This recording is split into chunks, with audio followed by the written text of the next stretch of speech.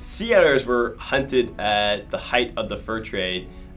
because they have the densest fur out of any other animal in the animal kingdom. But there has been a lot of interest from a variety of different stakeholder groups in wanting to bring this iconic keystone species back to our coast. Other studies have shown that in areas where sea otters have been reintroduced or they expand into areas where they previously were, that they can have these restorative effects on kelp ecosystems.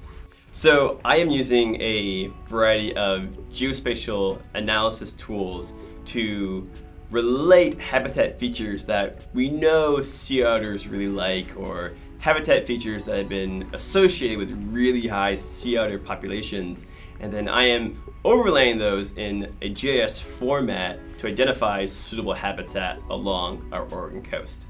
It not only